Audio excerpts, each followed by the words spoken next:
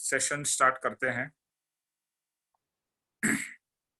और इसी का कंटिन्यूएशन है जो प्रीवियस हमने वचन किया कि मैं निरंतर प्रपंच में पड़ा हूँ, अज्ञान से अंध हुआ हूँ, मुझ में विवेक शक्ति नहीं है और मैं मूढ़ हूँ, निराश्रित हूँ, अनाथ हूँ।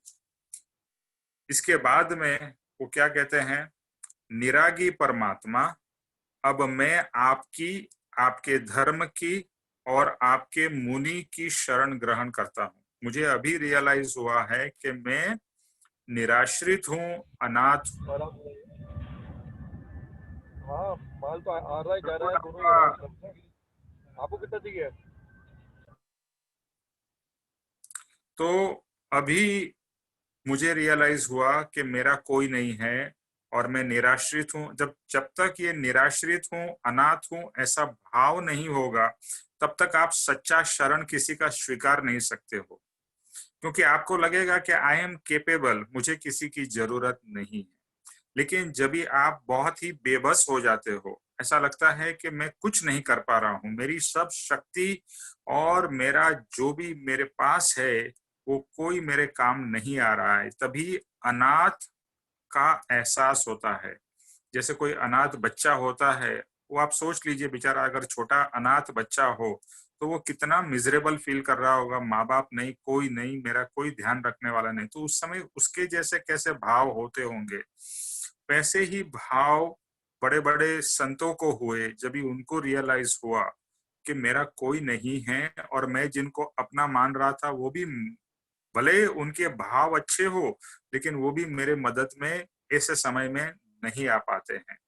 तो लगता है कि मैं अनाथ हूं, मैं निराश्रित हूं। तो उसके बाद में ये लाइन आती है, निरागी परमात्मा, अब मैं आपकी, आपके धर्म की और आपके मुनि की शरण ग्रहण करता हूं। तो आज इस वचन का हम विवेचन करेंगे। हे निरागी परमात्मा। अच्छा, ये इसके शुरू करने से पहले हमने पास के सत्संग में ये बात आई थी कि देव, धर्म और गुरु। ओके, देव, धर्म और गुरु। देव मतलब भगवान, जो सिद्ध भगवान हो गए हैं वो देव। धर्म मतलब जो मार्ग पे हम चल के देव बन सकते हैं, या हम जिस मार्ग पे चल के जीव से आत्मा, आत्मा से महात्मा, महात्मा से परमात्मा की स्टेप कवर कर सकते हैं। तो जो पाथ है उसको हम धर्म कहेंगे। और मुनि, मुनि का मतलब है यहाँ पर सदगुरु। ये एक जैन की परिभाषा है, बट हमारे भाषा में कहे तो मुनि का मतलब है सदगुरु। तो जो सदगुरु है वो हमें जहां हम है वहां से उठा के या वहां से लेकर पूरे मार्ग में गाइडेंस देते देते एंड तक। सदगुरु का जो इम्पोर्टेंस है वो इतना ज्यादा क्यों है, क्योंकि एवरी स्टेप वी रिक्वायर सदगुरु और उनका गाइडेंस, और वो गाइडेंस के द्वारा आप परमात्मा तक पहुंच सकते हो। तो देव, धर्म, गुरु या देव गुरु धर्म, जैसा भी जो भी सीक्वेंस कह लो आप, लेकिन ये तीन सबसे इंपॉर्टेंट है। और तीनों का यहाँ पर यही लिखा है, निरागी परमात्मा, अब मैं आपकी, यानी निरागी परमात्मा में आपकी यानी परमात्मा की, आपके धर्म की यानी आपके बताए हुए धर्म की, और आपके मुनि की, आपके जो सदगुरु इस मार्ग के हैं उसकी मैं शरण ग्रहण करता हूं। अभी ये शरण है ना, ये बहुत ही समझने जैसा शब्द है। सिर्फ शब्द बोलने से शरण भाव स्वीकार नहीं हो जाता है। शरण भाव में तो टोटल अर्पणता आ जाती है। मतलब शरण आप कभी हो जाते हो, व्हेन यू सरेंडर टोटली, तो हम कहेंगे कि आपने शरण ले ली है। जैसे एक पापा जी एक आध सत्संग में कहा था, कभी कभी आपको बहुत किसी की पावरफुल लोगों की जरूरत पड़ती है आपके संसार के काम के लिए। आइदर आप कोई पुलिस या मिनिस्टर की शरण लेते हो, उनका आश्रय लेते हो, या कभी कभी आप नेगेटिव यानी जो डॉन वगैरह होते हैं उनकी भी कभी कभी शरण ले लेते हो। कि भैया मुझे अभी मैं इस चक्कर में फंस गया हूं, तो आप कभी कभी वो रास्ते पे भी वहां भी जाके शरण ले लेते हो, so that dawn is going to protect us, or maybe some senior government officer is going to protect or help us. तो वहां भी हम कहेंगे हमने संसार की भाषा में शरण ली है। तो शरण तो हम हर समय लेते ही रहे हैं, भले हमें लगता हो कि हमें शरण की जरूरत नहीं है। शुरुआत में माता पिता की ली, फिर बाद में टीचर की ली, फिर आगे बढ़े तो फ्रेंड्स की शरण ले लो या हेल्प ले लो, फिर बाद में अपने बॉस की, आपके गुरु की, यानी जो भी कोई आपके मेंटोर हो। इस तरह से शरण तो हम अलग अलग समय में लेते रहते हैं, लेकिन यहाँ जो शरण है वो कंप्लीट सरेंडर है, complete. It is not temporary, it is a permanent surrender या शरण। तो शरण भाव तभी होगा जब तक अर्पणता नहीं होगी, तो शरण भाव नहीं आ सकता है।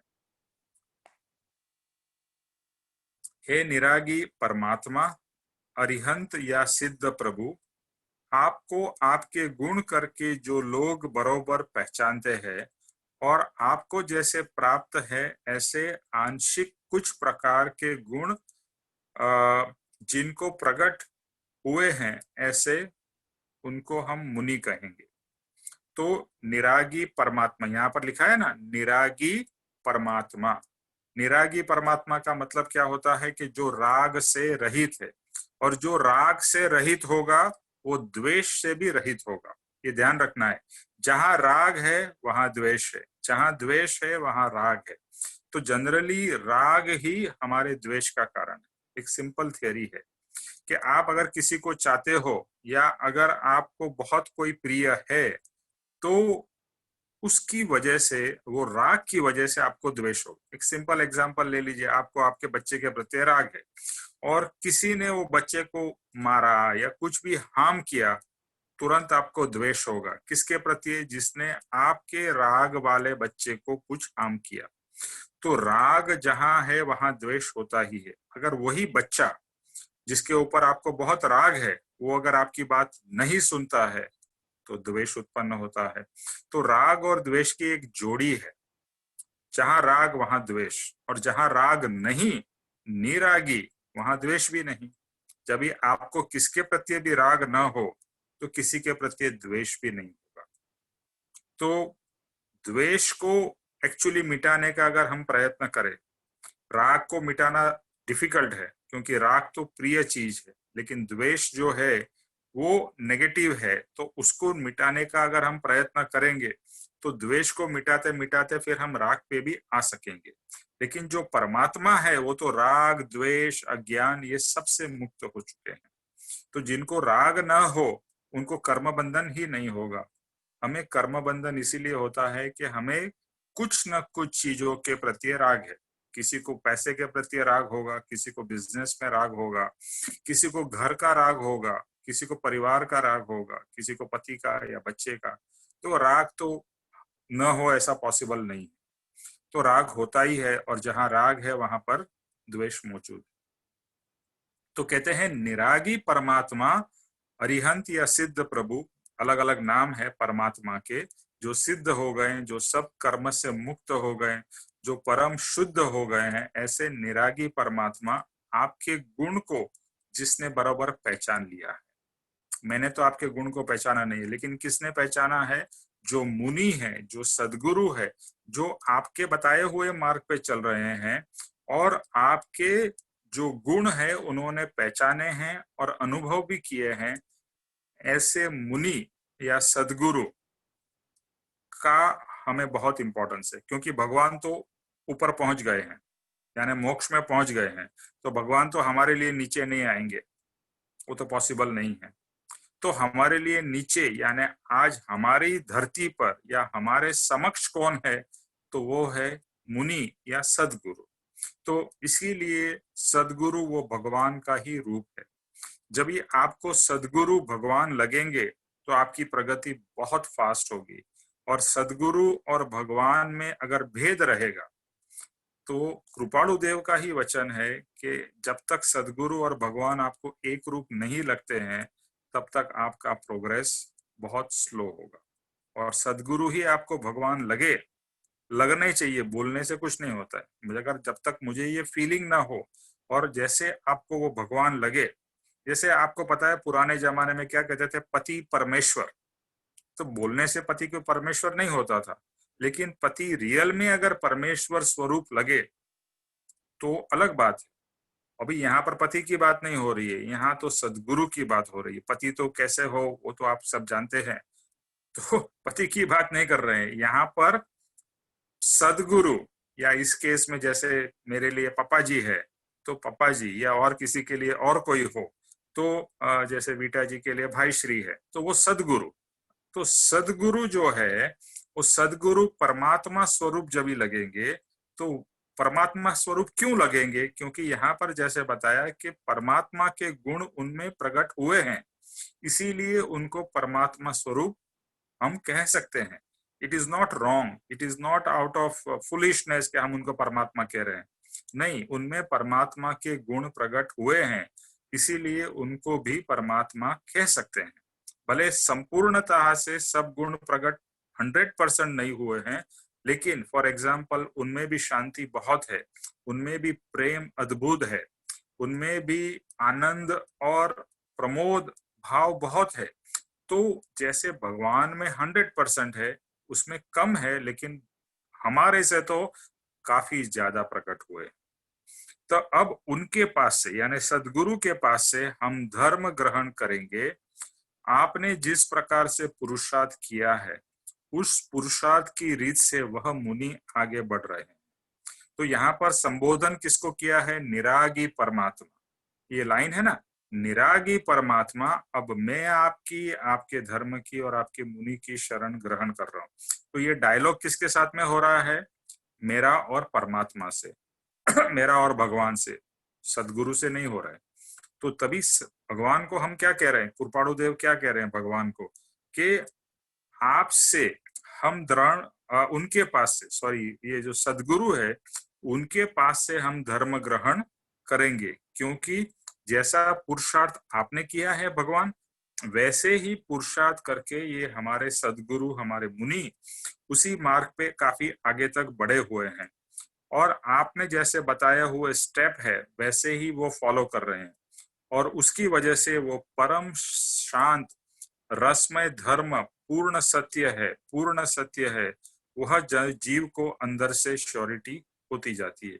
जब भी हम सदगुरु को देखते हैं और सदगुरु की शांति का अनुभव करते हैं, तो ये कृपाणु देव का ये वचन है कि आपका धर्म यानी जो निरागी परमात्मा है, आपका धर्म कैसा है, परम शांत रसमय धर्म पूर्ण सत्य है। मैं वापस ये वचन रिपीट करता हूं, परम शांत रसमय धर्म पूर्ण सत्य है, पूर्ण सत्य है। ऐसा किसको फील होता है, जीव को फील होता है। जब इस सदगुरु का मार्गदर्शन मिलता है और सदगुरु का समागम मिलता है तो लगता है कि मुझ में भी शांति आ रही है। किसके कारण, सदगुरु के कारण। अभी भगवान तो परम शांत हो चुके हैं, परमात्मा जिससे हम बात कर रहे हैं वो तो परम शांत, वो तो सिद्धालय में पहुंच गए हैं, लेकिन आज मुझे कौन हेल्प कर सकता है तो परमात्मा तो नीचे नहीं आएंगे, तो सदगुरु ही हमारे लिए है जो हमें शांति का मार्ग दे सकते हैं। और जब भी हमें वो मार्ग मिलता है तो अंदर से ये भाव उत्पन्न होता है कि परम शांत रसमय धर्म पूर्ण सत्य है, जो भगवान आपने शांति का मार्ग बताया है, पूर्ण शांति, परम शांत, थोड़ा बहुत शांति नहीं, परम शांति, संपूर्ण शांति। ऐसा जब भी हम सदगुरु में रिफ्लेक्शन देखते हैं तो हमें यह एहसास होता है शांति का, और ये शांत रसमय धर्म पूर्ण सत्य है, ऐसा हमें अंदर से एहसास होता है।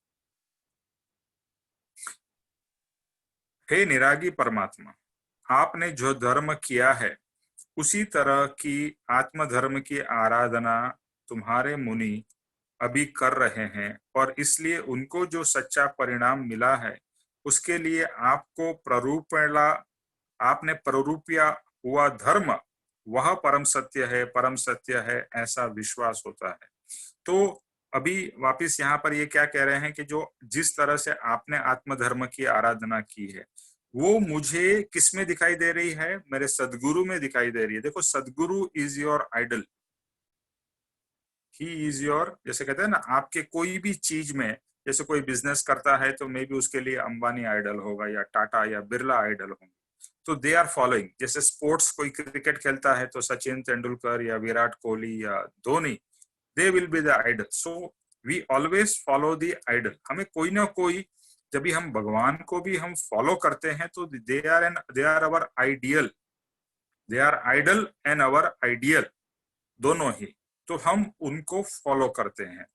तो इसी तरह से जो हमारे सदगुरु है, they are our idol and ideal, और भगवान के गुण का रिफ्लेक्शन हमें लाइव, देखो भगवान के गुण का अगर लाइव कुछ देखना है, अगर भगवान लाइव हो तो बेस्ट है, बट भगवान तो आज परमात्मा यहाँ पर मौजूद नहीं है। लेकिन दो, what is the other alternative? तो सदगुरु जिनके अंदर में ये भगवान के गुण मुझे लाइव दिखाई दे रहे हैं, शब्द से नहीं, I can see it, I can feel it. तो वहां पर क्या होता है कि वहां पर आपका बताया हुआ धर्म, उसका जो परम तत्व है, आत्मा का जो तत्व है, वो परम सत्य है, ऐसा विश्वास मुझे होता है। किसको देखकर? सदगुरु को देखकर। देखो, देख रहे हैं हम सदगुरु को, बात किससे कर रहे हैं? परमात्मा से, कि हे परमात्मा, आपके गुण मुझे सदगुरु में दिखाई दे रहे हैं और आपके बताए हुए धर्म के मार्ग पर वो काफी आगे तक पहुंच गए हैं और उसका अनुभव मुझे हो रहा है। देखो, अगर आपको कोई अनुभव ना हो तो आप सदगुरु की पूजा भक्ति कैसे करोगे? You will not. मेरे बोलने से या किसी के बोलने से किसी की भक्ति नहीं हो सकती। भक्ति तो अंदर से उत्पन्न होती है, जब भी हमको कुछ स्पेशल उनमें दिखाई देता है। इसलिए है निरागी परमात्मा, आपका, आपके धर्म का और आपका मुनि का अभी मैं शरण ग्रहण करता हूँ।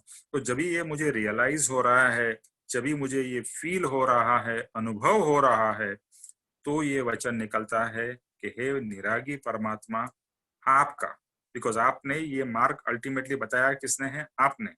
और आपके धर्म का, ये मार्ग का, और आपके मुनि सदगुरु का मैं शरण ग्रहण करता हूँ। तो यहाँ पर तीन चीजों का शरण है, एक परमात्मा का शरण, एक धर्म का शरण और एक सदगुरु का शरण। परमात्मा स्वरूप देव, उनका उपदेश किया हुआ धर्म, वह धर्म को समझकर जो आचरण करे और अन्य को समझाए, वैसे मुनि अथवा गुरु, यह तीन सच्चे शरण है। अभी ये तीनों का शरण का एक समराइजेशन करना हो तो वो सदगुरु है। इसीलिए कृपाणु देव ने सबका मिलन करके एक ही चीज दे दी कि आप सदगुरु के शरण में आ जाओ। तो सदगुरु के शरण में जब ये आओगे तो ऑटोमेटिकली धर्म के भी शरण में आ गए, ऑटोमेटिकली आप परमात्मा के भी शरण में आ गए। तो ये खूबी है, क्योंकि सदगुरु इज लिंक टू परमात्मा, सदगुरु इज लिंक टू द धर्म या मार्ग। तो ही इज द लिंक, वही लिंक है। तो अगर हम लिंक के शरण में आ जाते हैं, सदगुरु के शरण में आ जाते हैं, तो सदगुरु ही परमात्मा का रूप है, स्वरूप है। इसके लिए हम परमात्मा के भी शरण में आ गए। वो सच्चे मार्ग पे, धर्म के मार्ग पे चल रहे हैं, इसके लिए हम धर्म के भी शरण में आ गए, जब भी हम सदगुरु के शरण में आ जाते हैं। तो कितना ब्यूटीफुल ये एक कॉम्बिनेशन है, और कितना सिंप्लीफाई करके ये समझा रहे हैं पापा जी कि हम सच्चे मुनि को, इसीलिए कृपाणुदेव कहते हैं और कुछ मत ढूंढ, एक सच्चे सदगुरु को ढूंढ ले और उनके चरण कमल में सर्व भाव अर्पण करके तू वर्ता जा, या अर्पणता अपनी पूरी उस सदगुरु को कर दे, फिर मोक्ष न मिले तो मेरे पास से लेके जाना। इतनी तो श्योरिटी है कि सच्चे सदगुरु मिलना बहुत जरूरी है, सच्चे होना बहुत जरूरी है। आजकल बहुत सारे लोग हैं और कंफ्यूजन बहुत ज्यादा है, इसीलिए सच्चे आत्मा प्राप्त सदगुरु का मिलना हमारे लिए एक लॉटरी मिलने जैसा है।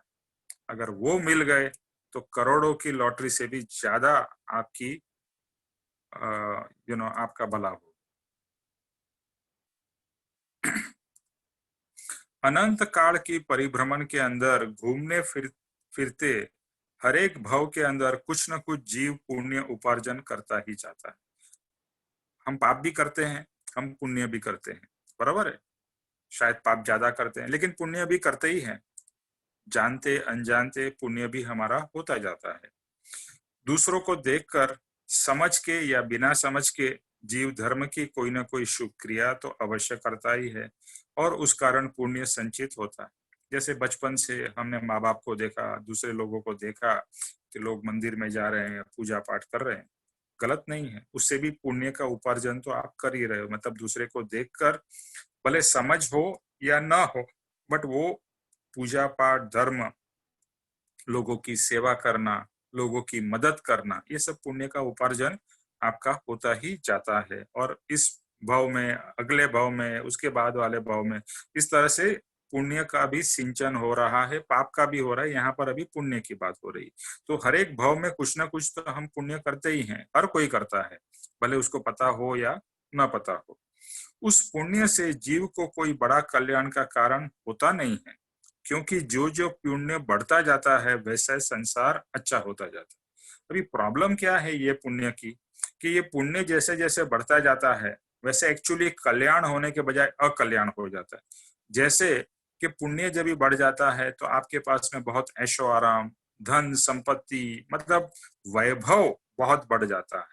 और जैसे ही वैभव बढ़ जाता है, आपने देखा होगा कि जिसके माँ बाप के पास में बहुत पैसे होते हैं, it is not always applicable, but बच्चे जल्दी बिगड़ जाते हैं क्योंकि उनके पास में सब सुख सुविधा है, जो मांगे वो मिल जाता है। इसके लिए कहते हैं ना कि पैसे वाले बाप की बिगड़ी हुई औलाद। तो एक एग्जाम्पल है इसका, ये मतलब नहीं कि हर कोई ऐसा होता है, but the probability of them becoming going on the wrong track is much higher. जैसे आजकल हम ड्रग्स की बात करते हैं, तो आजकल हायर सोसाइटी में this seems to be very prevalent because easy money is available, और जिस तरह से चाहे वो जीवन भी वैसा हो रहा है। तो भौतिक सुख जब भी मिलते हैं तो वहां पर भौतिक सुख किसके वजह से मिले हैं? हमने कुछ पुण्य किया था, इसके लिए भौतिक सुख मिला।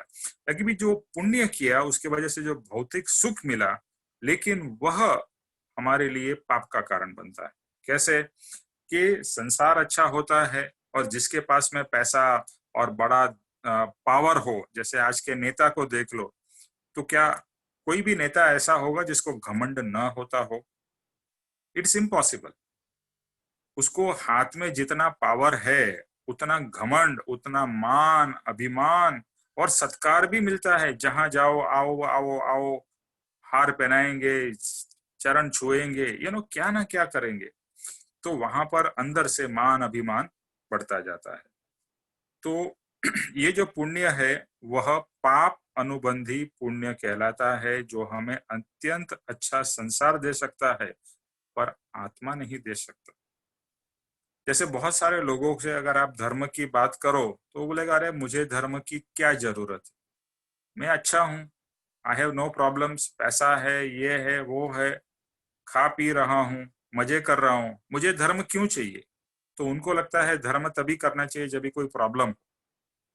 तो बहुत से लोग इसीलिए ये सब चीजों में मानते नहीं हैं और उसमें आने की उनको जरा भी इच्छा नहीं होती है।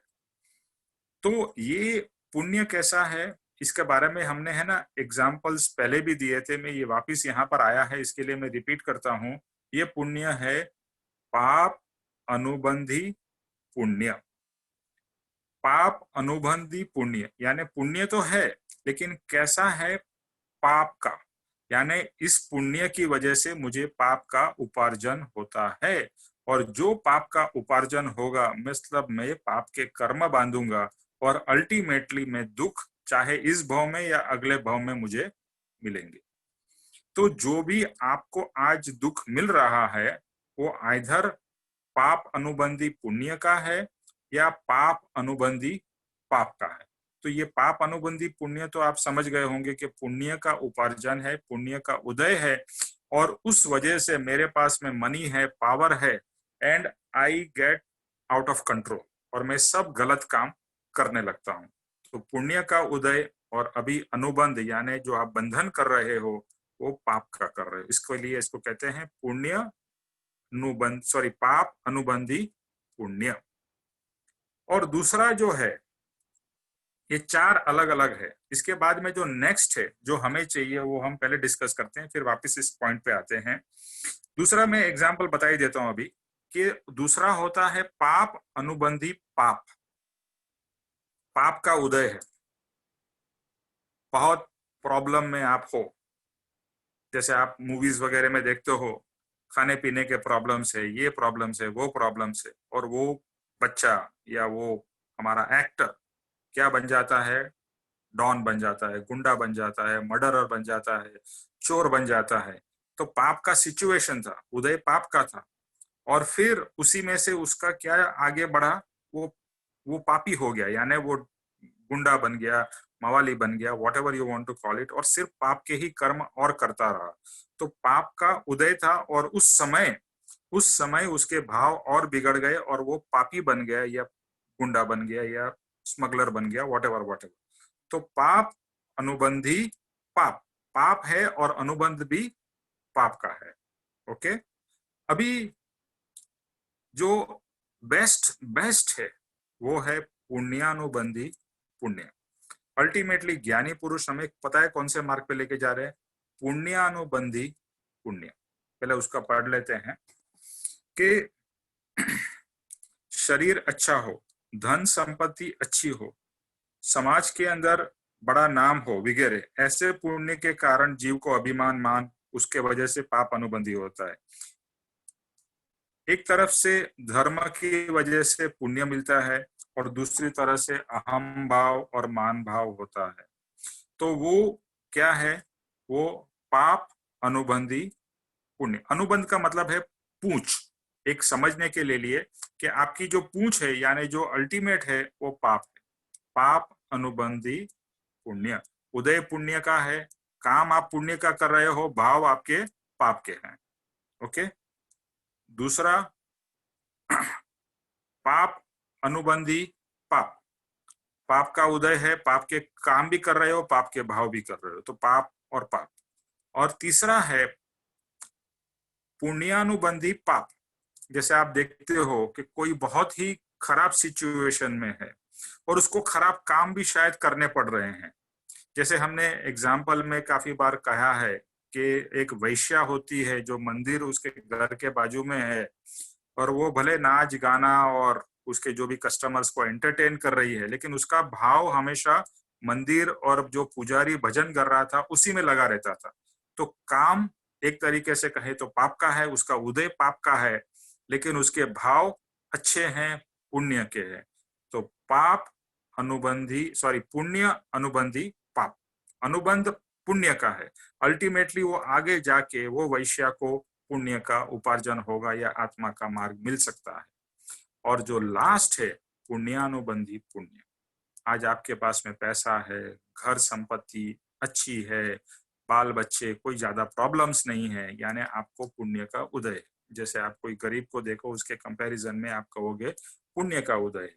और इस पुण्य के उदय में अगर आप सच्चा धर्म कर रहे हो, सत्संग कर रहे हो, आत्मा के मार्ग पे चल रहे हो, तो आप क्या कर रहे हो, पुण्य का उदय है, पुण्य के काम कर रहे हो, और भाव भी पुण्य का है।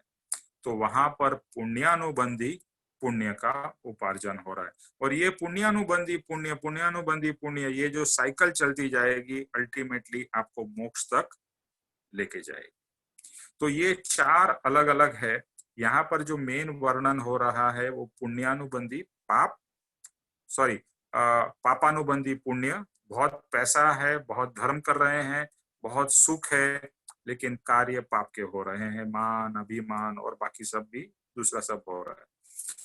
और दूसरा जो है कि पुण्यानुबंधी पुण्य, उसके ऊपर में आगे आएगा। किसी को यहाँ पर पहला मैं ये पढ़ लेता हूँ, और फिर अगर किसी को ये पाप अनुबंधी और पुण्यानुबंधी में कंफ्यूजन है तो पूछ सकते हैं।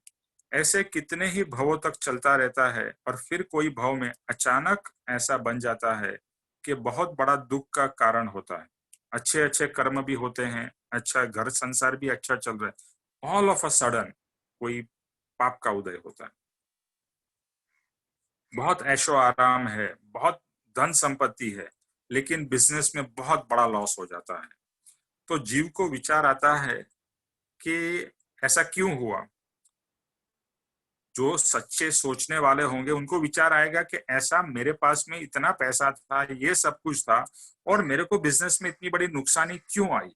या मेरा हेल्थ अच्छा था और इतना अच्छा हेल्थ होते हुए भी मुझे भारी बीमारी हो जाती है। कैसे कभी किसी को कैंसर हो जाता है, किसी को आजकल के दिन में कोविड हो गया, कुछ भी हो जाता है बहुत, या किसी को किडनी फेलियर होती है, एनीथिंग लाइक दैट, जो बहुत सीरियस बीमारी हो जाता है। तो वो सोचता है कि ऐसा क्यों।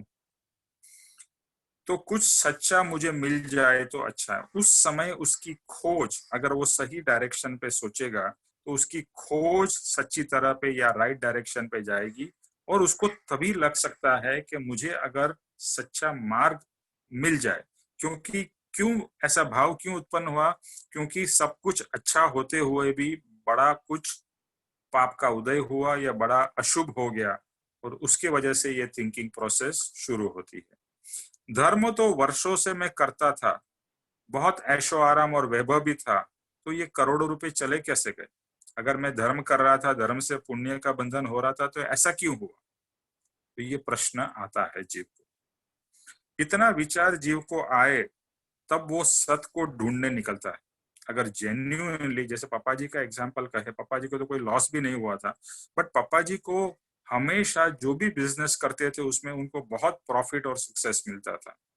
तो उनको ये प्रश्न आता था कि ये मैं सक्सेसफुल कोई भी काम करूं, उसमें बिजनेस में मैं प्रॉफिट कैसे बनाता हूं, और कुछ भी काम, any business he will make profit from nowhere.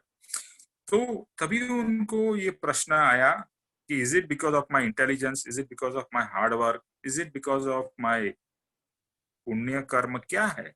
तो ये प्रश्न उनको जो बार बार आने लगे, इसलिए वो कुछ सत्य के मार्ग पे आ गए और कृपाणु देव के कांटेक्ट में आ गए। बस कृपाणु देव के कांटेक्ट में आ गए तो आपका तो कल्याण हो ही गया। उनका कल्याण हो गया और उनके वजह से हम सबका कल्याण हो रहा है। तो जब भी कुछ आइदर बहुत ज्यादा पुण्य होता है, और विचार करने वाले ऐसे तो बहुत रेयर होते हैं, लेकिन पुण्य के समय में कुछ बड़ा प्रॉब्लम आ जाता है, तो जीव विचार करता है ऐसा क्यों हो गया। मैं मेरा ही एग्जांपल बताता हूँ। आपको पता है मेरा बेटा इज अ स्पेशल चाइल्ड। तो मेरे जीवन में चल रही थी एक नॉर्मल जीवन, बहुत अच्छा भी नहीं था, कुछ बुरा भी नहीं था, it was a normal life going on. और एक जीवन में शौक आया कि मुझे, मेरे बच्चे को बहुत बड़ी बीमारी हो गई और उसका ब्रेन अफेक्ट हो गया, और वो नॉर्मल चाइल्ड से स्पेशल चाइल्ड हो गया। तो ये प्रश्न आया कि ऐसा क्यों हुआ, why this happened with my child. जो सबको, आपको ये मेरी स्टोरी पता है। तो वहां से वहां से मेरी पहले मेरे पत्नी ने वो शुरुआत की। She started to go in the spiritual path, और फिर उसके पीछे पीछे मैं भी उसके फॉलो करते करते मैं भी स्पिरिचुअल पाथ पे आ गया, और बहुत कुछ हमने किया, बहुत सारे गुरु संत वगैरह को मिले। अल्टीमेटली जब भी पापा जी से मुलाकात हुई और कृपाणु देव को समझा, तो लगा कि यही सत्य का मार्ग है, और बस उस मार्ग में जुड़ गए। तो ये एक जो निमित्त था, जिसको संसारी लोग कहेंगे एक नेगेटिव निमित्त था, हमारे लिए बहुत ही पॉजिटिव निमित्त हो गया, कि जिसके कारण हम आत्म धर्म के मार्ग पे आ गए। वरना पता नहीं हम कौन से पाप के कर्मों में उलझे ही होते थे, और दुखी ही होते थे। तो इतना जब भी विचार आता है तो जीव ढूंढने निकलता है कि सच्ची तीव्र झूरना अगर ऐसा कोई हो जाए, और जिज्ञासा होने से जिनको ये सारा पूरा मार्ग प्राप्त है, ऐसे साधु पुरुष यानी के साधक या मुनि गुरु जीव को प्राप्ति होती है। जैसे हमको हो गई, शायद पात्रता होगी, शायद हमारा पुण्य होगा, हमारे डेस्टिनी में पापा जी से मिलना होगा, और मिलने से सब चीज होने लगी, यानी आत्मधर्म के मार्ग पे हम बढ़ने लगे। उस गुरु की जब प्राप्ति होती है, तब संचित किया हुआ जो व्यवहारिक यानी के संसार में काम लगे ऐसा जो पुण्य है, उसका कुछ भाग जो बचा हुआ है, वह आत्मज्ञानी गुरु के मिलने से रूपांतरित होने लगता है। अभी आपके पास में पुण्य है, आप पुण्य को खर्च कर रहे हो, आपका मतलब अच्छा समय चल रहा है, मतलब जो पुण्य है आपका खर्च हो रहा है, दैट इज वाई आपका अच्छा समय चल रहा है। तो पुण्य तो एवरी मोमेंट हमारा खर्च हो रहा है।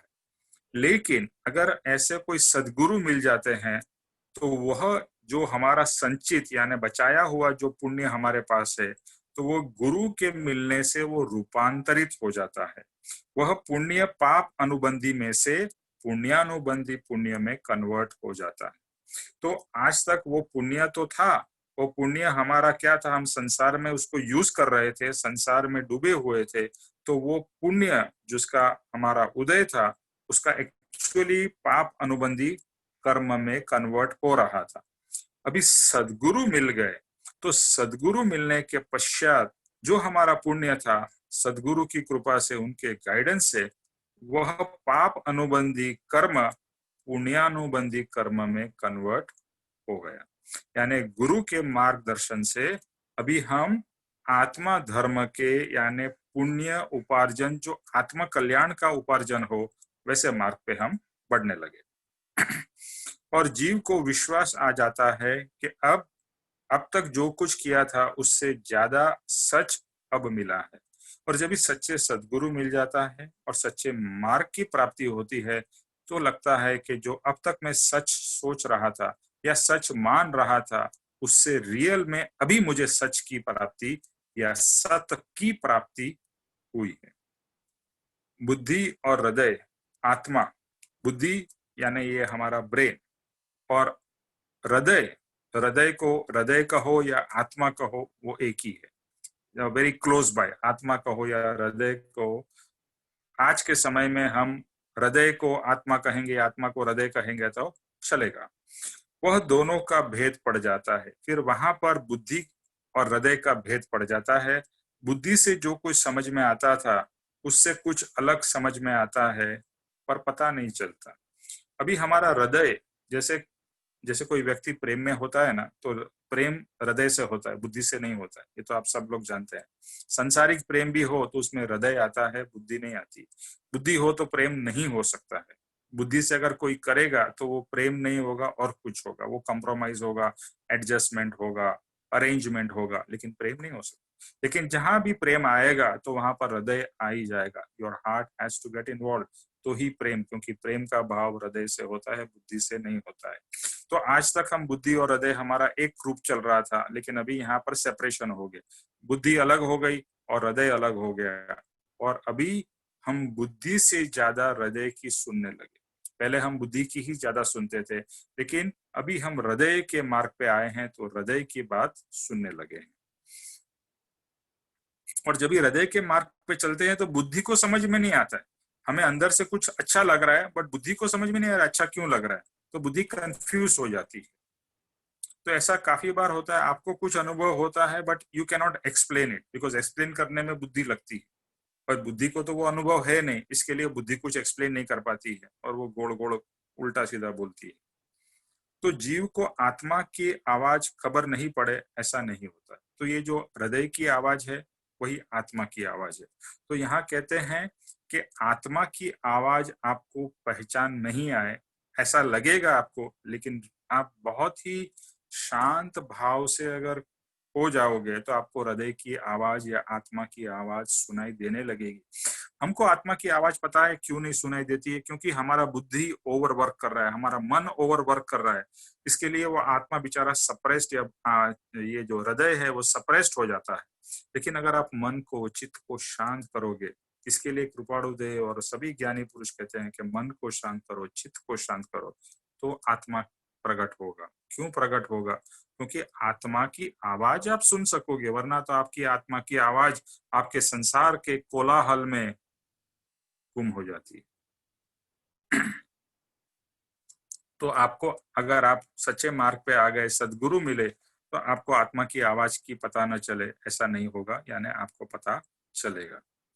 जो परिवर्तन अनंत काल में नहीं हुआ है, ऐसा परिवर्तन जब आए तो पता चलता है कि बुद्धि से जो जानते हैं उससे कुछ अलग है, इसलिए यह आत्मा से जानने में आता है।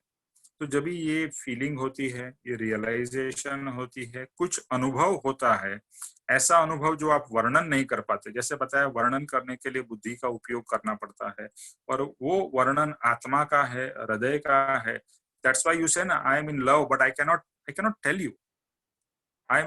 My love is so much that I cannot express it in words. जो संसारिक भाषा में बोलते हैं ना, I love you so much, but I cannot express it. और आप एक्सप्रेस करने जाओगे तो आपको कुछ दूसरे एग्जाम्पल्स यूज करने पड़ेंगे। लेकिन प्रेम तो एक पवित्र होता है, और प्रेम जो रियल में होता है उसको कोई शब्द नहीं होती है, कोई भाषा नहीं होती है, वो तो एक अनुभव है। जो गुलजार साहब का एक बहुत ही फेमस सॉन्ग है कि प्यार को प्यार ही रहने दो, कोई रिश्तों का इल्जाम न दो। ये तो रूह से रूह की पहचान है, ये तो अनुभव का, जो भी आगे वर्ड्स मुझे याद नहीं है। रूह से अनुभव, रूह मतलब क्या? सोल से अनुभव करो, प्रेम को सोल से अनुभव करना। जो परिवर्तन अनंत काल में नहीं हुआ वैसा परिवर्तन आने लगता है। ऐसा जीव को लक्ष्य आता है, उसके बाद ही सच्चे मार्ग की शुरुआत होती है। यानी कि कोई भयंकर ऐसा दुख का कारण हो, उस समय चिंतन मनन होता है, फिर लगता है कि इतना वैभव होते हुए भी ऐसा क्यों। जो अभी हमने कहा कि हमारा जीवन अच्छा चल रहा है और अचानक कहीं पर कोई ऐसा झटका लगे, तो झटका लगे तो आदमी चौकन्ना हो जाता है, वरना तो वो एक स्लम्बर में है, एक इनर्शिया में है। जब झटका लगता है ना आदमी को, जीवन में कोई ऐसा बड़ा झटका लगता है तो आदमी जागृत हो सकता है, चाहे वो हो के वो गलत मार्ग पे भी जा सकता है और वो झटका लग के सही मार्ग पे भी जा सकता है। अगर आपका सच्चा पुण्य होगा तो आपको सही मार्ग पे लेके जाएगा, अगर जीवन में कोई भी बड़ा हादसा होता है। तब सत्य की प्राप्ति कहाँ से हो? और ऐसा जीव को विचार उत्पन्न होता है और फिर वो ढूंढने निकलता है कि सच्चा कहाँ से मिले, सच्चे गुरु मिल जाए तो क्लिक हो जाए और पूरा मोक्ष का मार्ग जीव को समझ में आ जाए। तो वहां से उसकी खोज शुरू हो जाती है, जब भी कुछ घटना हमारे जीवन में होती है। और बिलीव इट और नॉट, कुछ ना कुछ घटना हमारे, और चाहे बड़ी और छोटी हो, वही हमें कुछ सत्य के मार्ग पे ले जाती है। आप सबके लिए और मेरे लिए तो मैंने आपको एक्सप्लेन कर दिया मेरा सिचुएशन, कि कुछ ना कुछ जीवन में ऐसा होता है जो हमें सत्य के मार्ग पे ले जाता है। कुछ ना कुछ निमित्त होता है, वो हमारे लाइफ का ऐसा कुछ जीवन का पड़ होता है जो हमें हमारी डायरेक्शन चेंज कर देता है। अभी कृपाणु देव का एक पद है, पत्रांक नंबर 107। पत्रांक नंबर 107, स्वीटी जी जरा खोलेंगे। हाँ जी निमेश जी।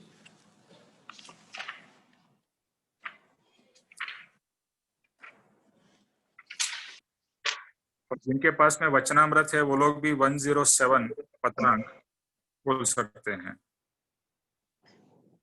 हाँ जी निमेश जी। उसमें थर्ड वाला, हाँ जी। प्रभु भक्ति। ज्या शंका त्या गण संताप, राइट? ज्या शंका त्या गण संताप, ज्ञान तहाँ शंका नहीं सताप।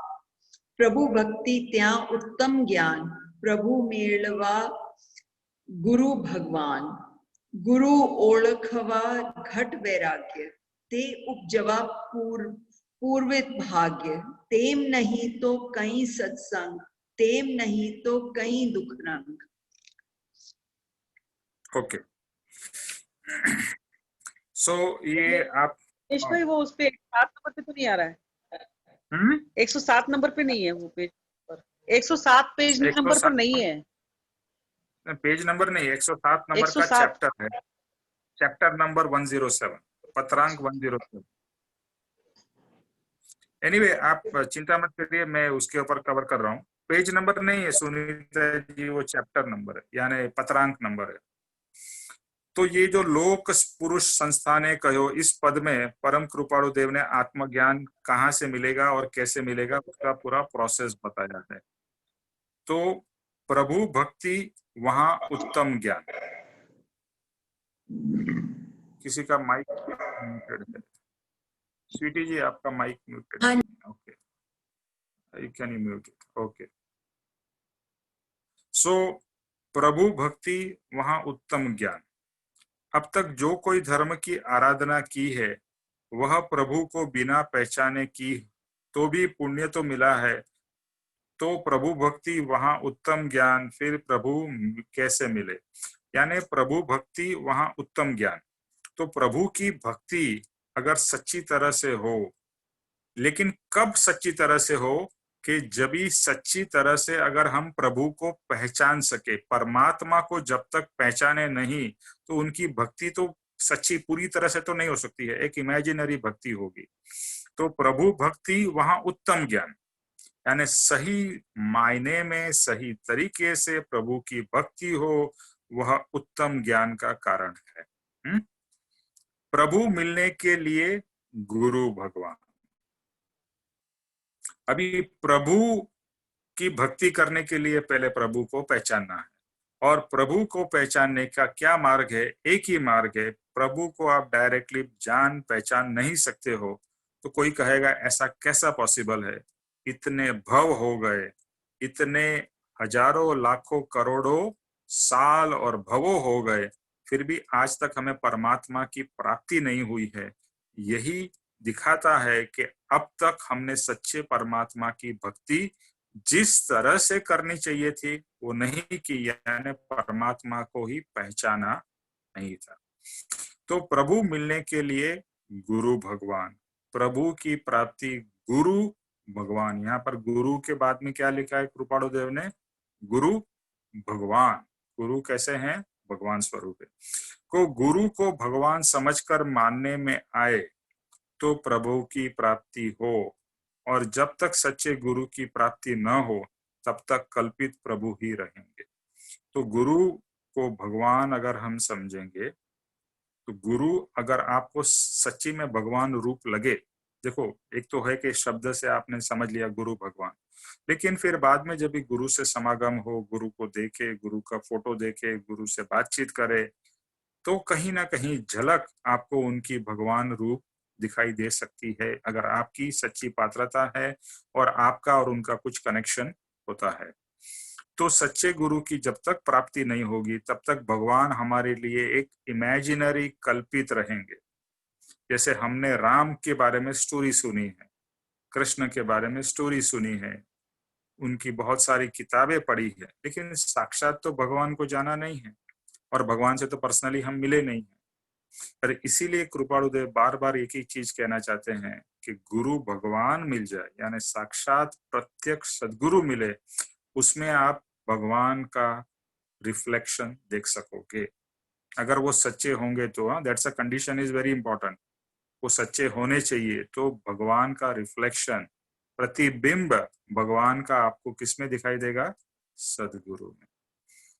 साक्षात यानी कि शुद्ध गुरु, ऐसा आत्म स्वरूप उसका जीव को अनुभव न होगा, लक्ष्य भी नहीं आएगा। फिर ऐसे गुरु जो मिल भी जाए तो पहचानने में कैसे आएंगे? अब जब तक आपको कुछ आत्मा के बारे में थोड़ी बेसिक भी जानकारी न हो तो आप गुरु को जान नहीं सकोगे। देखो गुरु तो हमको इस भाव में नहीं, पास्ट भाव में भी मिले थे, भगवान भी शायद मिले थे, सिद्ध भगवान भी मिले थे, फिर भी हम उनको पहचान नहीं पाए क्योंकि हमारा सांसारिक भाव था और गुरु क्या होते हैं, कैसे होते हैं, उसका कोई आइडिया भी नहीं था। इसके लिए गुरु भी मिले तो एक साधारण व्यक्ति के जैसे हमने सोचा ठीक है, मतलब उसका महात्म्य नहीं हो, उनको पहचान हम नहीं पाए। यानी भगवान को पहचानने के लिए गुरु को जरूरत है, लेकिन गुरु को भी तो पहचानना पड़ेगा ना। अभी आप गुरु को नहीं पहचानोगे और दूसरे के कहने से आप मानोगे तो कोई फायदा नहीं है। भले आप मान भी लो मेरे कहने से कि भाई ये सदगुरु है, लेकिन रियल में आपको अंदर से अनुभव होना चाहिए, वरना आपके लिए तो वो एक साधारण व्यक्ति ही रहेंगे। तो गुरु को कैसे पहचाने? देखो कृपाणुदेव तो बहुत अद्भुत है। उसके लिए फिर नेक्स्ट लाइन में लिखा है गुरु को पहचानने के लिए घट वैराग्य, घट वैराग्य। अब अत्यंत ऐसा बलवान वैराग्य हो तो सच्चे गुरु को पहचान सकते हैं। तो सच्चे गुरु को तभी पहचान सकते हैं अगर हमारे में घट वैराग्य। इसका एक्सप्लेनेशन आगे है। अहम भाव, मान भाव जो जीव के अंदर ज्यादा रहता हो और गुरु मिलने के पश्चात भी मान का पोषण होता हो तो मानना के गुरु मिले। देखो हम कैसे हैं, मानी है, कपटी है, हमारे अंदर में कषाय है, और गुरु के मिलने के बाद भी अगर आपका मान बढ़ रहा है, कम नहीं हो रहा है, तो ये समझ लेना कि आपको गुरु नहीं मिले हैं, कुगुरु मिले। अभी बहुत अच्छा एक्सप्लेनेशन है जो सुनिएगा, और मेरा अनुभव है इसके लिए, I can relate to this. आपको जब तक ठोकर न लगे, धक्का न लगे, आपको लगे कि यहाँ तो अब रहना ही नहीं, यहाँ से तो भाग ही जाना है, वहां अगर टिक गए तो सच्चे गुरु के पास टिक गए। देखो, शुरुआत में आपको बहुत सारे अलग अलग अनुभव होंगे, और गुरु का काम क्या है? आपका जो मान अभिमान है उसको तोड़ना। अच्छा, जब भी कोई चीज टूटती है तो उसका दुख तो होता है ना, पेन तो होगा ना। अभी गुरु जब भी आपका मान अभिमान तोड़ रहे हैं तो आपको अच्छा लगेगा? बिल्कुल नहीं। मान अभिमान तो ऐसा छटपटाएगा, और आपका मान अभिमान बोलेगा यहाँ तो रुकना नहीं है, ये यहाँ तो मेरा इंसल्ट हो रहा है, यहाँ तो मेरी कोई वैल्यू नहीं है। और मेरा खुद का अनुभव है, मेरे को ऐसा काफी बार हुआ है कि अभी तो मैं इनको छोड़ के जा रहा हूँ, इस मार्ग को छोड़ के जा रहा हूँ, क्योंकि आपका जो अहंकार है वो आपको गलत रास्ते पे वापस लेके जाएगा।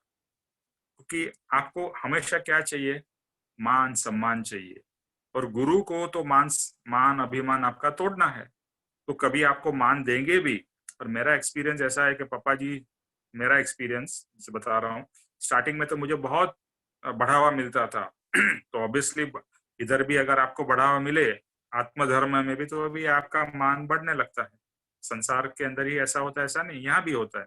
और जब भी मान सम्मान मिलने लगता है, पापा जी आपके वाह वाह करेंगे तो दूसरे लोग भी आपकी वाह वाह करने लगते हैं, और एक पॉइंट पे आपको ऊपर ले जाते हैं, और फिर वहां से धक्का, और ऐसा धक्का नीचे गिरते हैं तो उतनी चोट लगती है, यानी आंतरिक, फिजिकल नहीं है ये। तो ऐसा लगता है कि अरे ये क्या हो गया। और अभी फिर गुरु आपको इग्नोर करेंगे, ऐसा भी हो सकता है।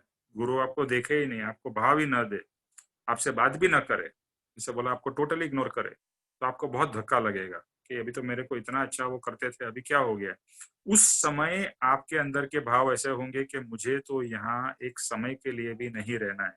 एंड ये मेरा एक बार नहीं, काफी बार ऐसा एक्सपीरियंस हो चुका है। उस समय अगर आप भाग गए तो आप डूब गए, लेकिन उस समय भी अगर आप टिक गए, आप रुक गए, तो अवश्य आपका कल्याण होगा।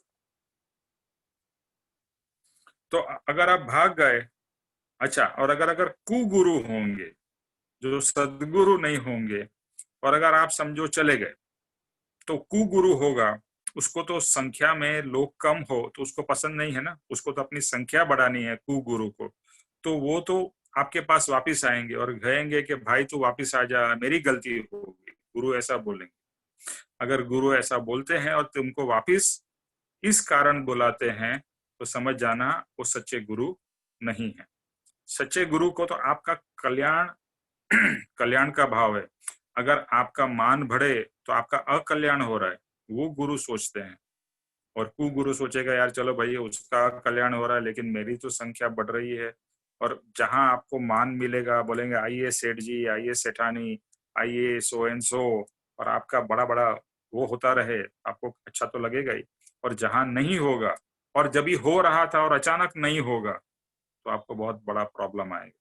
और गुरु अलग अलग तरीके से, इसके लिए गुरु को क्या कहा जाता है? कुम्हार।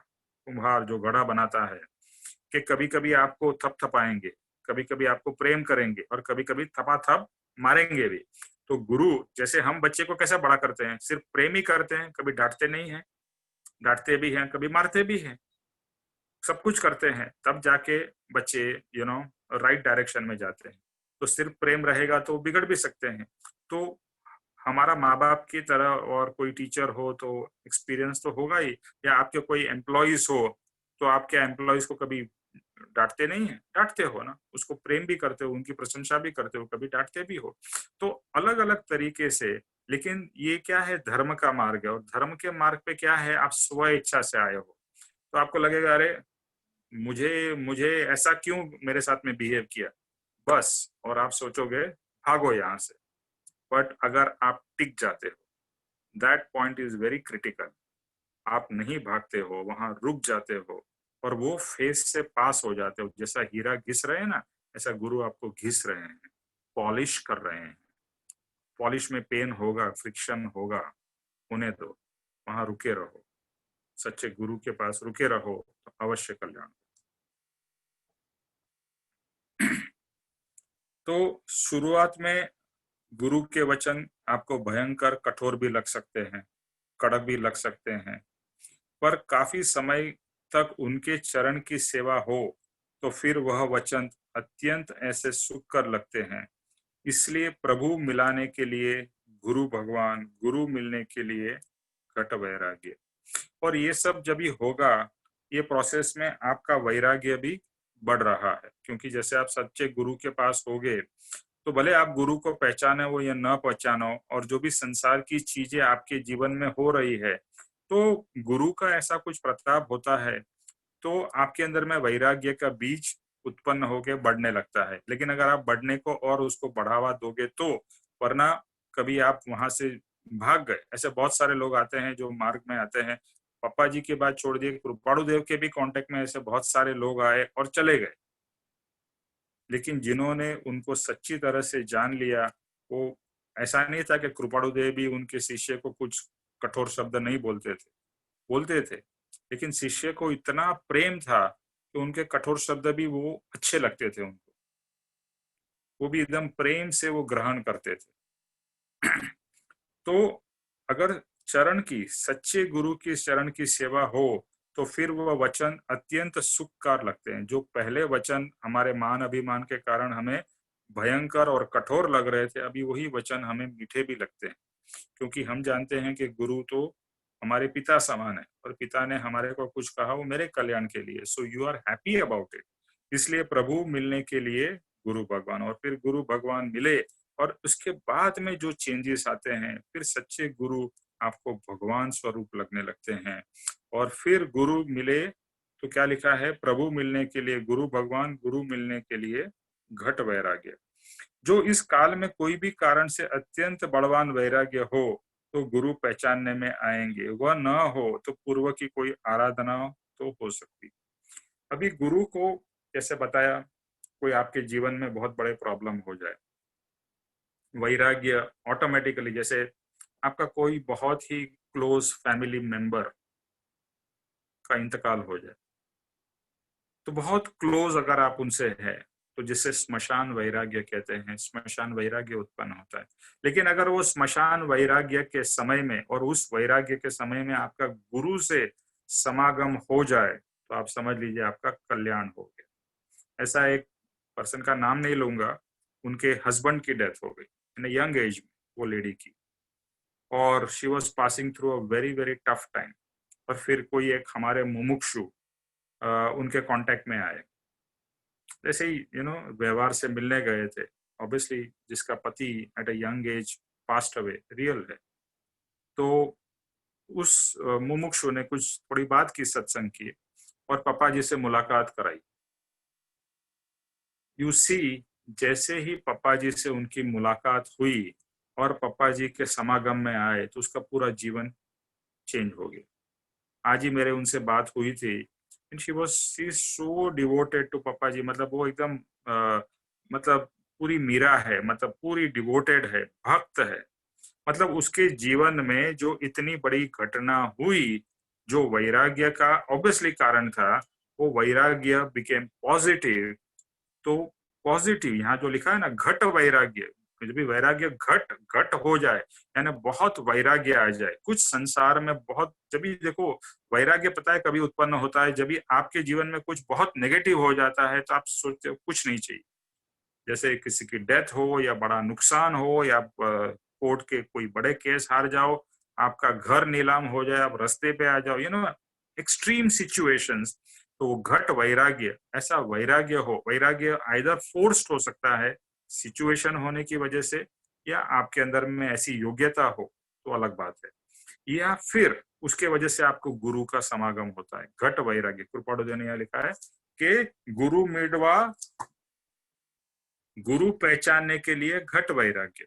घट वैराग्य हो और सच्चे गुरु मिल जाए तो ऐसा लगेगा भगवान मिल गए। या फिर आपका कोई ऐसा पूर्व का आराधन हो और गुरु को मिलते ही आपका कनेक्शन हो जाए, ऐसा भी होता है। तो पूर्व का आपका कोई ऋणानुबंध हो, ऐसा कोई कनेक्शन होता है पास्ट का उन गुरु से, तो मिलते ही आपका कनेक्शन क्लिक हो जाता है। वह नहीं तो कोई सत्संग, या वह नहीं तो कुछ दुख रंग। तो आइदर घट वैराग्य है, आइदर नेचुरली या फोर्स वैराग्य हुआ है, या सत्संग, जैसे आपको किसी ने सत्संग में बुला लिया, आपको भले जीवन में कोई बहुत बड़ा प्रॉब्लम नहीं हुआ है, लेकिन सत्संग के मिलने से सदगुरु का महात्म्य हो रहा है, और सदगुरु का महात्म्य होने से ऑटोमेटिकली आप सत की तरफ या सदगुरु की तरफ जा रहे हो, क्योंकि सत्संग में दो चीज का महात्म्य होता है, एक है सत का और दूसरा है सदगुरु का, और सदगुरु के द्वारा सत प्राप्त होता है, इसके लिए everything comes to the point of sadguru. तो ये ना हो तो सच्चे सत्संग की प्राप्ति हो, जो एंड में कहा कि जीव को ऐसा भयंकर, आइदर कोई भयंकर दुख पड़े या सत्संग मिल जाए, किसी पुण्य की वजह से आपको सत्संग का मार्ग मिल जाए, कोई सत्संगी मिल जाए जैसे शकुन वगैरह, और वो आपको खींच के या समझा के या व्हाटएवर आपको सत्संग के मार्ग में लेके आए, या जैसा दिल्ली का सेंटर का जो आई मीन बिकॉज ऑफ रूपा बहन एंड सुप्रिया जी, काफी लोग इस मार्ग में आ गए हैं। तो ऐसा कोई आपका पुण्य का उदय हो और ऐसे ऐसे आपके सही सच्चे मित्र मिल जाए जो आपको सत्संग के मार्ग पे लेके आए। पर इसमें शर्त यह है कि अच्छा, और दूसरा अदरवाइज भयंकर, Geeta just give me 1 minute, I will finish and then you can talk. पर इसमें शर्त यह है कि दुख पड़ने के बाद सत्संग मिलना जरूरी है। देखो, बहुत दुख पड़े लेकिन सत्संग ना मिले या सदगुरु ना मिले तो आपका कल्याण नहीं हो, क्योंकि फिर से आप संसार के वही पाथ में चले जाओगे। तो जैसे हमारे केस में हुआ, बहुत भयानक दुख हुआ और हमारी खोज शुरू हुई और हमें सदगुरु मिले। ऐसे बहुत सारे लोगों का होता है कि बहुत बड़ा दुख पड़ा और सत्संगी मिले, सदगुरु मिले, सत्संग मिला और फिर गाड़ी ट्रैक पे आ गई। तो वैराग्य हो तो सच्चे गुरु होने चाहिए, और गुरु सच्चे हो तो फिर आत्मज्ञान की प्राप्ति, यानी गुरु मिलेंगे तो वैराग्य होगा, और वैराग्य होगा तो सच्चे गुरु मिलेंगे और फिर आत्मज्ञान की प्राप्ति हो, और आत्मज्ञान की प्राप्ति होने के बाद ही ईश्वर की पहचान होगी। जो था ना, गुरु के द्वारा ही ईश्वर की या परमात्मा की पहचान होगी। पहचान कैसे होगी? उनका कोई एड्रेस नहीं मिलने वाला है, उनके गुण से हम उनको पहचान सकेंगे। हाँ गीता बोलिए। अभी वैसे भी हम यहाँ पर स्टॉप करते हैं, तो we will go to question answer. हाँ बोलिए गीता। यहाँ पर ये बताया ना, सदगुरु की महिमा बताइए एक तरह से। अगर आप गॉड के साथ या यूनिवर्स के साथ भी अगर आप कनेक्ट करते हो ना, जैसे समाधि जैन में होता है ना, समाधि भी करते हैं, तो सबसे पहले सदगुरु का नाम लेते हैं। वो इसलिए लेते हैं कि जब आप समाधि में भी जाते हो तो आप यूनिवर्स के साथ कनेक्ट, उसके साथ आपको इतनी सारी एनर्जी और इतनी पावर मिलती है, और इतनी पावर कई कुछ लोग नहीं बियर कर सकते, संभाल नहीं सकते। तो इसलिए सदगुरु का नाम लेके ही ये काम करते हैं। सदगुरु का नाम लेने से क्या है, वो हमें प्रोटेक्ट करते हैं एक तरह से, और गाइडेंस देते हैं। जहाँ पर हम गलत है उसका मतलब हमें वो प्रॉपर गाइडेंस मिलती है, जिससे कोई हम गलती करते करते उसको ठीक से कर दें। कहने का मतलब है कि अगर आप मोक्ष के रास्ते पे भी अगर हम चल रहे हैं ना, मोक्ष के रास्ते पे भी अगर हम चल रहे हैं ना, एक ही मिनट जरा होल्ड करिए। I will have to just leave and come back. हाँ, एक सेकंड।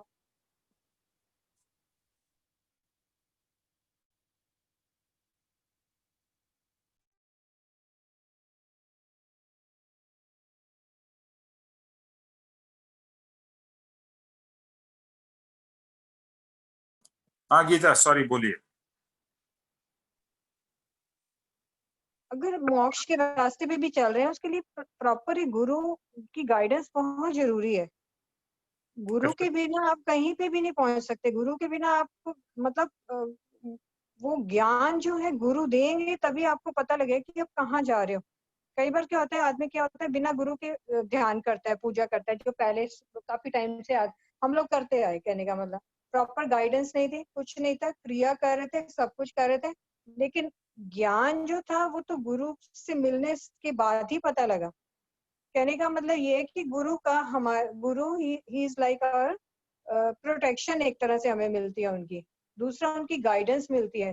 तीसरा हमारे लिए जो जो उस रास्ते पे पहले ही चल चुके हैं, तो हमारे लिए ये रास्ता थोड़ा सा इजियर हो जाता है। एब्सोल्युटली। इजियर होने से क्या होता है कि आप कहीं गलती करते हो तो आप डिस्कस करते हो गुरु से कि ऐसे ऐसे चीजें लाइफ में आ रही है, उसको क्या करना चाहिए। जैसे आप डे टू डे आप ये चीजें बता रहे हो, और जब जब ध्यान करते हैं या कुछ भी करते हैं तो ऐसे लगता है कई जगहों पे गलती करते करते अपने आप ही करेक्शन के लिए खड़े हो जाते हैं कि अरे नहीं, ये सत्संग में ऐसे चल रहा है और इसको ऐसे नहीं वैसे करना होता है।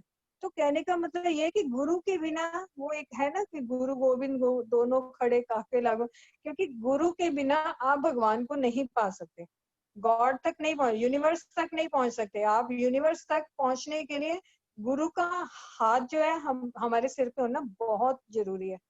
That is very very important for everybody इस ज्ञान के रास्ते में। क्योंकि यस। इतने साल ऐसे लग रहा है जैसे वेस्ट हो गए और पता नहीं था कि ऐसे करना था। और मैं माइंड में अभी भी हम सोचते हैं कि अरे कितने सारे साल वेस्ट हो गए। गुरु अगर पहले मिल जाते हैं तो कई कई गलतियां ऐसी थी जो बहुत टाइम पहले करेक्ट हो सकती थी, करेक्शन हो सकती थी इन चीजों की। तो गुरु जो है, गुरु एक तरह से हमारे लिए कहते हैं कि अगर आपको कोई प्रॉब्लम भी आती है लाइफ में ना, आप गुरु का ध्यान करते हो तो आपकी कई प्रॉब्लम जो है, शिष्य की कहते हैं कई प्रॉब्लम जो है वो मतलब अपने ऊपर ले लेते हैं। ये भी सुना है हमने, मतलब ये चीजें होती हैं लाइफ में। यस। पहले टाइम पे तो बहुत ज्यादा होती थी, अब भी होती है। अगर आप दिल से याद करो, दिल से वो करो, तो सब चीजें आपको धीरे धीरे रास्ते मिलने शुरू हो जाते हैं। तो गुरु के बिना तो सोचो कुछ भी नहीं है। Guru is everything in this marg. Correct. Okay, और किसी को कुछ प्रश्न या शेयर करना है? Thanks Geeta, very nice, very good for sharing. Nimesh भाई, आप ये जरा समझाएंगे पाप अनुबंधी पुण्य, पाप अनुबंधी पाप पुण्य, ये चीज समझ में नहीं ये थोड़ा कंफ्यूजिंग है, मैं उसको सिंप्लीफाई करता हूँ। ओके, एक आपका उदय है। ओके, उदय जैसे पुण्य का उदय है, और पुण्य का उदय में आप दो काम कर सकते हो। आइदर आप और पुण्य बांध सकते हो या आप पाप कर सकते हो, राइट। तो पुण्य के उदय में अगर आपके पाप के भाव चलते हैं, यानी कार्य पुण्य का है, जैसे फॉर एग्जांपल आप धर्म कर रहे हो या दान पुण्य कर रहे हो, ओके, पुण्य का उदय है, इसके लिए आपसे ये सब काम हो रहे हैं। लेकिन अगर आपके भाव मान के हो, या ऐसा हो कि मैं भगवान की पूजा करूं तो भगवान मुझे और तरक्की दिलाए, और मेरे को धन की संपत्ति की प्राप्ति हो, और मैं बड़ा आदमी बनूं, तो वह पाप के भाव है। वहां मान सम्मान और अधिकार और धन की आप भगवान से कामना कर रहे हो, तो यह है पाप अनुबंधी पुण्य है। पुण्य आज पुण्य है, और काम भी आप पुण्य का कर रहे हो, लेकिन क्रिया या सॉरी भाव क्या है आपके? भाव आपके हैं पाप के। तो जो भाव है वो अनुबंधी है। तो पाप पुण्य अनुबंधी पाप हुआ ना सर? फिर ये पुण्य अनुबंधी पाप, इसका रिजल्ट पाप निकलेगा। इसका एंड रिजल्ट क्या आएगा? इसका एंड रिजल्ट पाप आएगा। तो इसके लिए पाप अनुबंधी, पाप अनुबंध मतलब अनुबंध मतलब इसके पीछे में पाप लगा हुआ है काम। और एक लगा हुआ पीछे क्या लगा हुआ है? पाप। तो एंड में मिलेगा। ओके, पुण्यानुबंधी पुण्य, पुण्य का उदय है। आप भगवान का नाम ले रहे हो, और भगवान का नाम इसलिए ले रहे हो क्योंकि मुझे आत्मा की प्राप्ति करनी है। वहां पर कोई मान नहीं है, कोई धन का और वैभव का और संसार का जरा भी भाव नहीं है। तो आप सत्संग कर रहे हो, या गुरु से मिल रहे हो, या भगवान की स्तुति या जो भी कर रहे हो, वहां पर भाव यही है कि बस ये मुझे पवित्र होना है, मुझे इस संसार से मुक्त होना है, और परमात्मा आपके गुणों की मुझे प्राप्ति करनी है। तो वहां पर अच्छे भाव हैं, संसार के भाव नहीं है, आत्मा के परमात्मा के भाव हैं। तो वहां पर पुण्यानुबंधी पुण्य। ठीक, right sir, right. Okay, this is the most important. पुण्यानुबंधी पुण्य इज द मोस्ट इम्पोर्टेंट। और जितना पुण्यानुबंधी पुण्य आपका बढ़ता जाएगा, आपको मोक्ष तक लेके चला जाएगा। इसके लिए सत्संग, सद्वांचन, चिंतवन, मनन, ये सब चीजों का इम्पोर्टेंस सभी ज्ञानी पुरुष ने क्यों कहा है? क्योंकि इससे आपका पुण्यानुबंधी पुण्य होता जा रहा है। और वो पुण्य संसार का भी आपको सुख देगा, लेकिन वो आपकी इच्छा नहीं है, वो मिलेगा। यानी आपके प्रॉब्लम्स हो सकता है कम हो जाए, जो भी इश्यूज है वो सॉर्ट आउट हो जाए। हो भी सकते हैं, नहीं भी हो सकते हैं, वो आपके कर्म के ऊपर है। लेकिन आपको अंदर से तो आत्मा की शांति मिलती ही जाएगी, which is what ultimately you want. बाहर का कुछ भी हो रहा, लेकिन मेरे अंदर में शांति, वो मुझे चाहिए। वरना आजकल उल्टा है, बाहर में शांति है, अंदर में अशांति है। तो वो दशा नहीं चाहिए। अभी क्या पाप अनुबंधी पुण्य और पुण्यानुबंधी पुण्य। अभी हम आते हैं पाप के ऊपर। पाप का उदय है, यानी बहुत प्रॉब्लम है और आप कुछ you are force to do something wrong. Maybe आपको करप्शन करना पड़ रहा है, देना पड़ रहा है, कुछ भी इस तरह से, या आपको शायद चोरी करनी पड़ रही है। लेकिन वहां पर अगर खेद चलता रहे कि पाप का उदय है, लेकिन मुझे ये नहीं करना है, बट आज मेरे को करना पड़ रहा है, यानी जो क्रिया है वो पाप की हो रही है, भाव मेरे पुण्य के, मुझे तो इस सबसे छूटना है, छूटना है, छूटना है, ये मुझे आज करना पड़ रहा है। लेकिन भगवान मुझे इसमें से बाहर निकालो, क्षमापना चलती रहे। तो पाप का कार्य हो रहा है और भाव पुण्य का है, तो इसका कहेंगे पुण्यानुबंधी पाप, पुण्य अनुबंध वाला पाप। और जो लास्ट है, which is to be totally avoided, पाप अनुबंधी पाप। काम भी गलत कर रहे हो और आप सोचते हो यही काम करना चाहिए, इसी तरह से पैसे बनते हैं, लोगों को चीट करके पैसे बनते हैं, लोगों को डरा के धमका के जो डॉन लोग करते हैं और उसमें वो लोग आनंद मानते हैं। तो पाप का कार्य, पाप का भाव और पाप का ही सोच, तो उसको कहेंगे पाप अनुबंधी पाप। तो हम अब तक क्या कर रहे थे? पाप अनुबंधी पाप था या पाप अनुबंधी पुण्य था? और अभी हमें सिर्फ एक ही करना है, पुण्यानुबंधी पुण्य। और अगर कभी कुछ गलत काम करना पड़ जाए या गलत सिचुएशन में हम फंस जाए और there is no other option और आपको कर देना पड़े, तो भी भाव तो पुण्य के, यानी आत्मा के कल्याण के होने चाहिए। भाई मैं कुछ भी गलत कर रहा हूँ, I totally repent it, but I have no options, और मैं कर देता हूँ, मुझसे हो जाते हैं। भगवान जैसे आपसे गुस्सा हो गया, क्रिया तो पाप की हुई, लेकिन भाव क्षमापना के चले कि नहीं मुझे गुस्सा नहीं करना है, नहीं करना है, और फिर भी गुस्सा हो रहा है, तो वहां पर कहेंगे पुण्यानुबंधी पाप। क्रिया है पाप की, भाव है पुण्य के। Okay, is it clear? हाँ जी, ठीक है जी, thank you sir, thank you. Okay, so और कोई प्रश्न है before we end the session today? Okay, तो आज का होमवर्क इसी वचन पे रहेगा, जो वचन आज हमने किया है कि निरागी परमात्मा, अब मैं आपकी, आपके धर्म की और आपके मुनि की शरण ग्रहण करता हूँ। तो इसके ऊपर ही आपके जो भी चिंतवन मनन विचार हो वो वेडनेसडे को शेयर करिएगा। और अभी हम जय स्वरूप करते हैं। रीटा जी। जय स्वरूप समझाविना पाम्यो दुख अनंत, समझाव्यू ते पद नमो श्री सद्गुरु भगवंत। परम पुरुष प्रभु सद्गुरु परम ज्ञान सुख धाम, जिने आप्यो भान निज तेने सदा प्रणाम।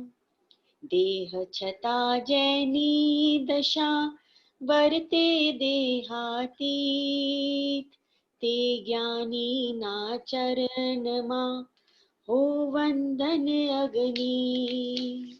हे परम कृपालु देव, जन्म जरा मरना आदि सर्व दुखों का अत्यंत क्षय करने वाला वितराग पुरुष का मूल मार्ग आप श्रीमान ने अनंत कृपा करके मुझे दिया।